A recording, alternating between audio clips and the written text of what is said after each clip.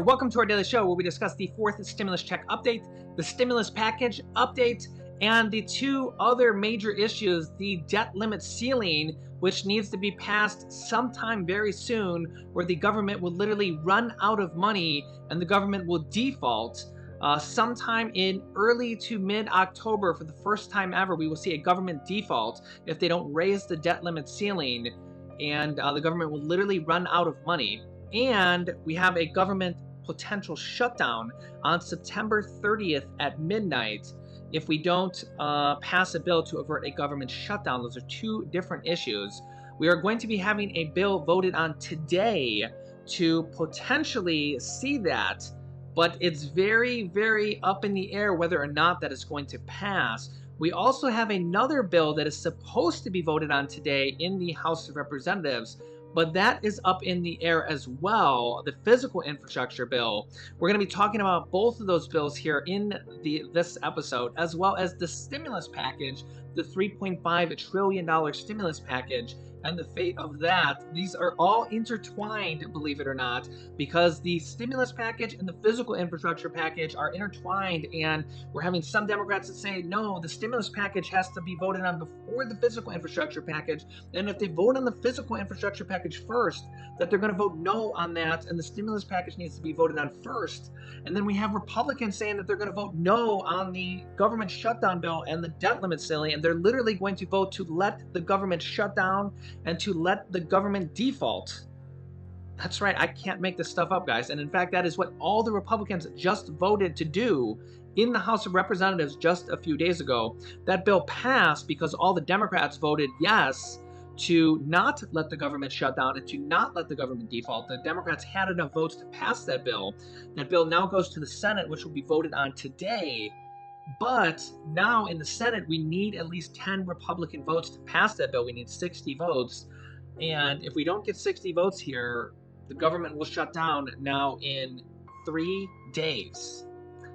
And the fate of that vote is up in basically the Republican hands. And not a single Republican voted yes to avert a government shutdown or a debt limit ceiling, which will be the first government default ever.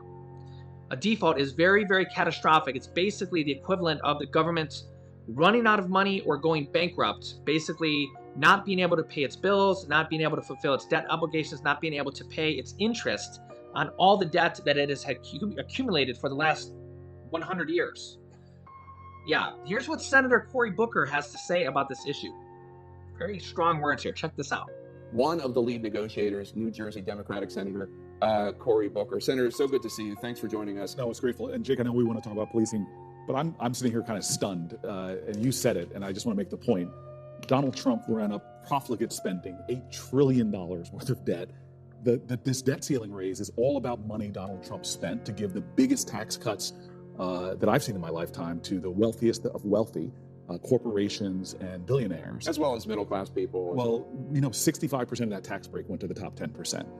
What Joe Biden has done is give the biggest middle-class tax break with the child tax credit. This is math. It's not complicated.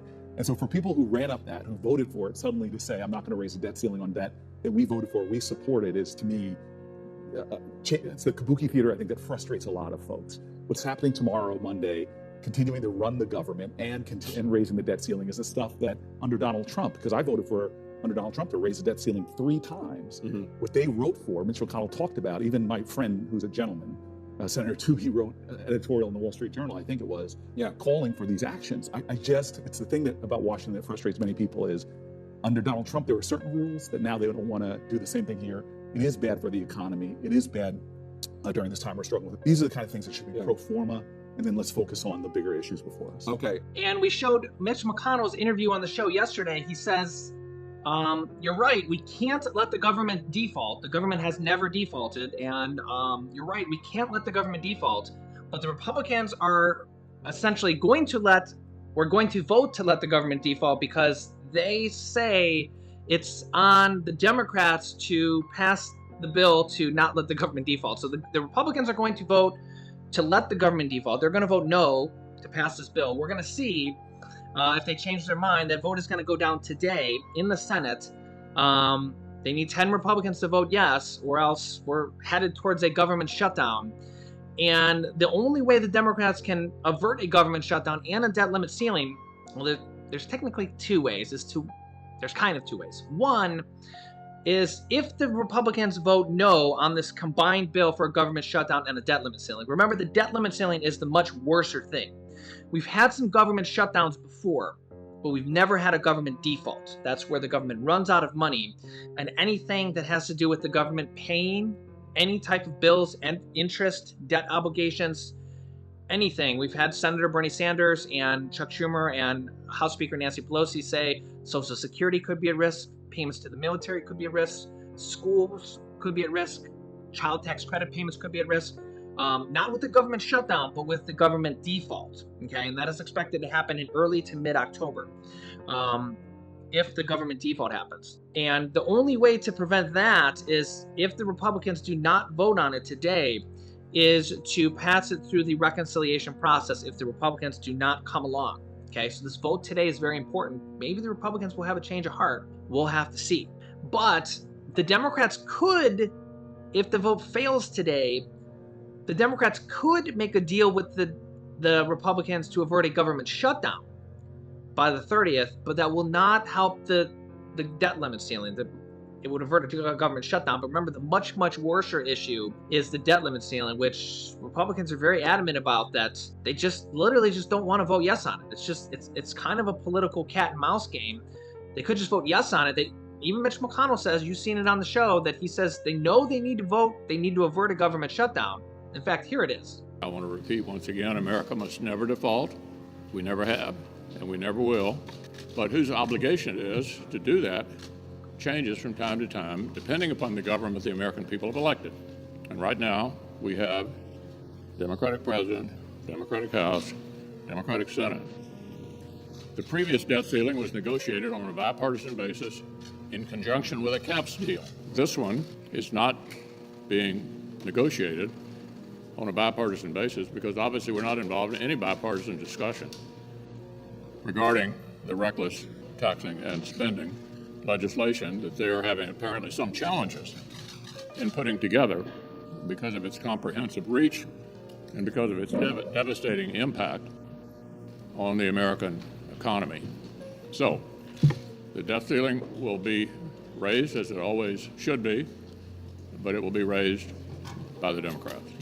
Mitch McConnell says America must never default. He says America must never default, but yet all the Republicans from the House just voted to let America default. And it's expected today that the Republican senators are going to vote to let America default and to let America have a government shutdown. I can't make this stuff up, guys. I mean, you're seeing it here happen before our eyes. So Mitch McConnell says that America cannot default. It can't happen.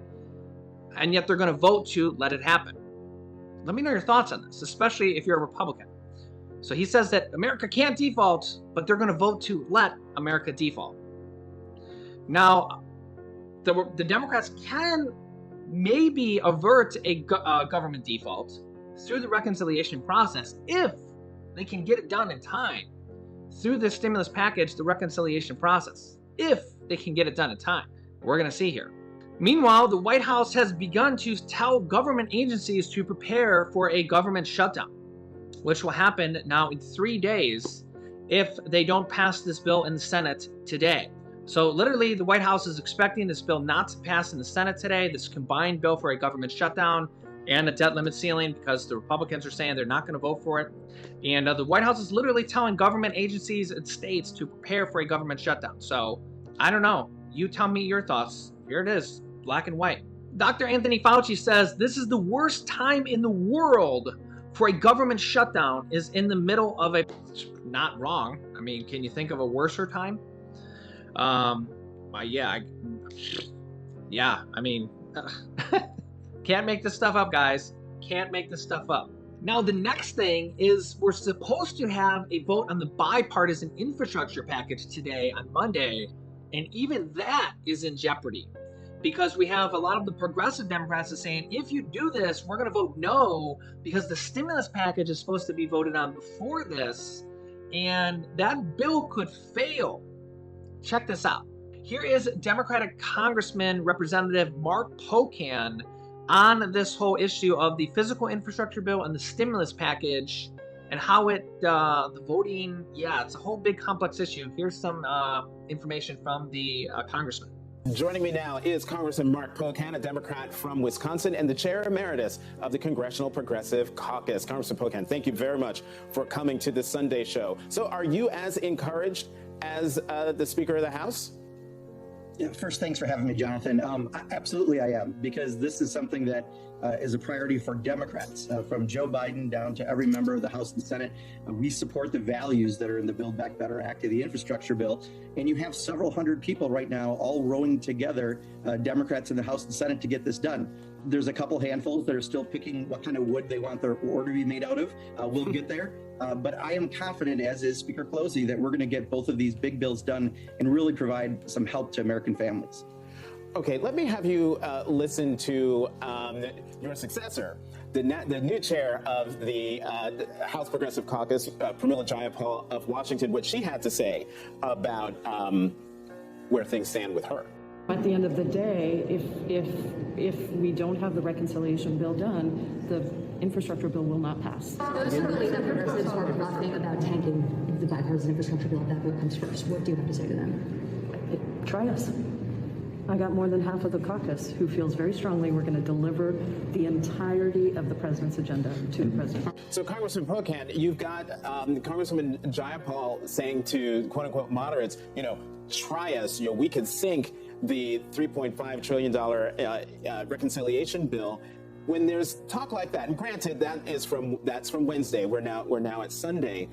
Are you concerned that the divide between the two wings of the Democratic Party won't be bridged to a sufficient manner to allow all of these things to pass this week in the way that the Speaker wants? Well, first, remember, political years are like dog years, right? Wednesday's a long time ago. Here's exactly where we're at. We want to get the entire agenda that Joe Biden has done. That agenda, the Build Back Better agenda, involves the Build Back Better Act, so also known as the Reconciliation Bill, and the Infrastructure Bill. They're twin bills that we've always said we're going to move together, and that's exactly, I think, what's going to happen with them.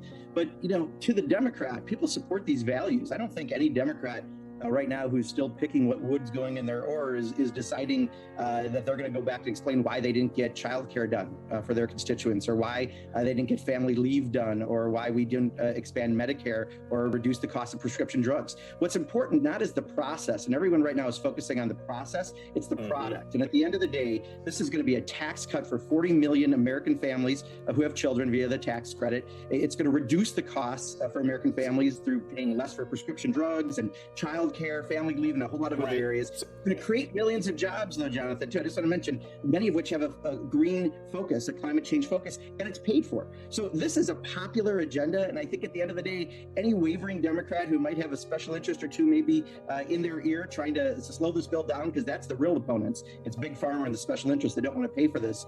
We will get this done because Democrats' values are exactly what's in this bill. Right, which gets to the question I wanted to ask, and that is this. Are we getting too hung up on the price tag and not focus on the product, as you call it, which is something that Congresswoman Susan DelBene, also of Washington, said on Lawrence O'Donnell's show? And I bring that up because is it possible that this bill, the reconciliation bill, could come in under $3.5 trillion, still do all the stuff of the Build Back Better agenda, but for less money? Again, Jonathan, I agree. It's the product that matters. So at the end of the day, there's shared values. We're going to see what those things cost. And whether it's 3.5 or if it's different costs because of some other accounting, don't forget, we just marked this up through the House committees. As of last week, we were still finishing getting our CBO scores. What's important is what's in the bill as passed by the House. Those are important values that are really going to help people. And Joe Biden is very committed to it. And I agree with you. As long as those values are there, that's what we want to get done. But we've got to have both of those bills go together. They're twin bills. You wouldn't separate twins, and we're not going to separate these bills. I find it interesting that the price tag, there's some wiggle room there. The last question for you, and am I wrong in thinking that all of the red line drawing that we have seen over the past week, and that I'm sure we're going to keep seeing until the votes are taken, that this is the storm before the calm, that one day we're going to wake up and boom, breaking news, there's an agreement? Jonathan, I agree again. I mean, I think these values are democratic values. We know our constituents want these things: affordable childcare, family leave policies, expanding healthcare options. There's so much in here that's good for American families, and they are democratic values. So even the people who are a little slow to come to the party, there's several hundred of us who are there. And as Nancy Pelosi said, there's not an inter-party fight. The opposition really out there is big pharma and these special interests, many of which are running commercials, trying to pressure members of Congress. Right. I think we're bigger than this, and Joe Biden has done a great job in rallying us as well. And this will happen. It may not be Monday, it may be Wednesday, it may be the following Wednesday. End of the day, what matters is the product, and we will deliver. So yeah, you heard him there. I wouldn't be surprised with what Representative Jayapal there, Pramila Jayapal, leader of the Democratic Progressive Caucus there, saying that she has a whole bunch of Democrats that are going to vote against the bipartisan infrastructure bill if they don't have an agreement, or if the stimulus package isn't voted on before the physical infrastructure package. We've seen her in another interview that I played on the show in a video or two before this, that they want at least an agreement or a vote on the stimulus package before the vote on the physical infrastructure package. She would be okay with an agreement. I'm not sure how that's going to work. I wouldn't be surprised if they don't delay the physical infrastructure vote from happening today. I'm not sure if they're going to do that, but if they don't, the bill for the physical infrastructure package might fail. It might fail because the Republicans, remember that it passed in the Senate with Mitch McConnell voting for it, and 19 Republicans, which was less than half the Republicans, 19 out of 50, but Mitch McConnell voted for it. The Republican leader from the House, which is Kevin McCarthy, he's not in favor of it. He's not in favor of it, and he doesn't seem to be in favor of very much lately with the Democrats in control of the House. So there's going to be very few Republicans that are in favor, but remember, the Democrats can pass it on their own, but not if the Progressive Caucus doesn't vote for it. And I believe they all vote together, so we'll have to see if they do that. But if they don't vote for it, the bill will fail. Now, that doesn't mean they can't vote on it again, but if we have a divided Democrats vote on the Progressive Caucus, it'll probably fail.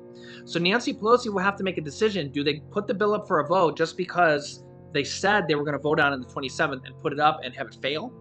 Or do they delay it and tell the moderate Democrats, say, listen, I know we said we were going to vote on the 27th, but it's going to fail today. So would you rather have me put it up and have it fail, and then we have a divided group of Democrats and we put up a bill to fail? Or would you rather have us delay it a few days and say, listen, we did it for the good of our Democratic caucus. It would have failed if we put it up today. We're going to have to delay it a few days because the bill is going to fail. So here's what we're going to do. We'll talk through it. We'll delay it for a few days so it passes. We'll get this other agreement or whatever we have to do, vote on the stimulus package before then, or get some agreement before then. And this way we'll make sure it passes. Wouldn't you rather have a bill that passes? So Nancy Pelosi's in a tough spot. I said, I don't know what I would do if I was Speaker. That's probably what I would do if I was Speaker. I don't know if I'd want to put a bill up on the floor that would fail, especially because it's already passed the Senate. That's probably what I would do. I'd probably sit down with the moderate Democrats and say, listen, I know that we had this 27th date, which is today, to vote on it. But if we vote on it today, it's going to fail. It's going to fail because we were supposed to vote on the stimulus package before today, but it's just not ready. And it could be ready here within the next day or two or three, or however long it's going to take. Or maybe we just need to get this agreement that everybody's going to vote for the stimulus package. But the problem is that we got Joe Manchin from the Senate. I don't know if they're going to be able to, that whole thing is a whole nother thing. And I don't know how the agreement's going to work or what they're going to do with that. But maybe they just need to vote on the stimulus package here within the next day or two or three, and then vote on the physical infrastructure package. Like I said, it's a very tough situation. It's not a clear-cut situation where just, hey, vote on this and then vote on that. Because you're dealing with 220 Democrats in the House and 50 in the Senate and two different bills. And then you have this government shutdown bill and this government default bill combined. And we have to do this stuff. We have the stimulus package, which is, millions of Americans. There's child tax credits in there. There's all these paid medical leave. And hopefully they add a fourth stimulus check in there. And it's $3.5 trillion.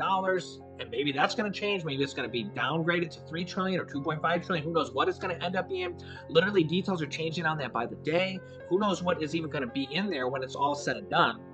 And really.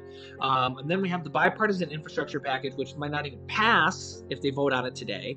And then we have this government shutdown and debt limit ceiling, which the government could default if they don't pass that. So yeah, I will keep you up to date with everything. Today is going to be voting day in the Senate and maybe in the House for the physical infrastructure package. I will keep you up to date. Don't miss any videos at this point. New videos come out here every day. Make sure to subscribe down below if you haven't yet. It's completely free to do so. After subscribing, you can click the bell icon if you haven't done that yet either to get notifications when we go live at those times. So you can also share this video down below. There's a share button to share this video with your friends and family so that they know what is going on with the stimulus package, the infrastructure package, and the government shutdown and default situation. You can click this video here to watch my newest stimulus check video next. Thanks, guys, and I will see you in the next video.